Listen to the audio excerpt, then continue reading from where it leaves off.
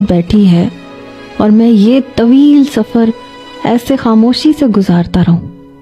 اب یہ گاڑی رک رک کے شہر جائے گی.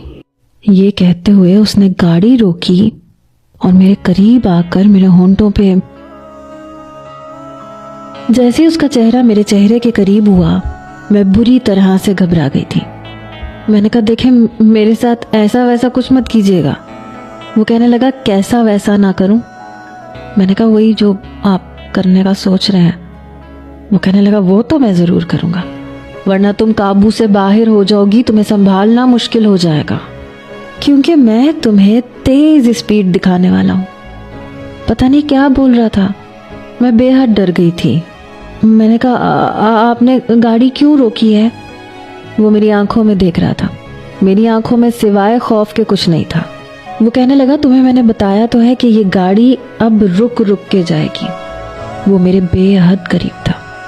کہنے لگا اب اتنی خوبصورت بیوی ساتھ ہو تو دل تو بے ایمان ہو جاتا ہے. یہ کہتے ہوئے اس نے اپنا ہاتھ بڑی بے باکی سے میری جانب بڑھایا. میں نے فوراً سے آنکھیں بند کر لی تو وہ ہنسنے لگا. کہنے لگا سیٹ بیلٹ باندھ رہا ہوں لڑکی، رات کے 12 بج رہے ہیں، سنسان سڑکیں ہیں. ہنسنے لگا. کہنے لگا سیٹ بیلٹ باندھ رہا ہوں لڑکی، رات کے 12 بج رہے ہیں، سنسان سڑکیں ہیں.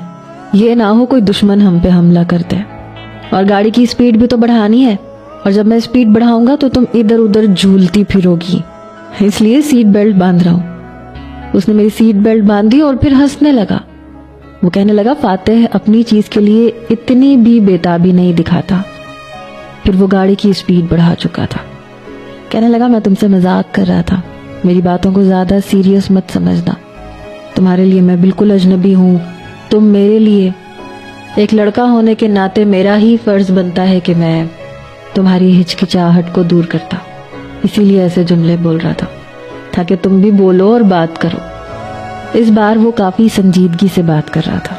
پھر کہنے لگا میرا نام فاتح ہے، میں انجینئر ہوں، اپنی فرم لاہور جیسے بڑے شہر میں کھول رکھی ہے، اور آج کل اسی پر میرا پورا فوکس ہے.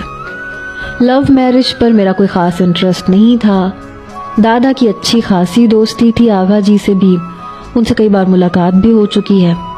ان کے ساتھ شطرنج کی بازی ہمیشہ میں جیتتا ہوں. زوار سے بھی اچھی دوستی ہے. اس لیے جب دادا نے کہا کہ انہیں آغا جی کی پوتی میرے لیے پسند ہے تو میں نے کہا اوکے، میری طرف سے ڈن ہے، مجھے کوئی اعتراض نہیں ہے. پھر وہ میری طرف دیکھ کے کہنے لگا میں اپنے دادا جی کو ڈیڈا کہتا ہوں. یوں تو مجھے جاگیرداروں جیسے جراثیم بہت کم ہے، لیکن کچھ باتوں میں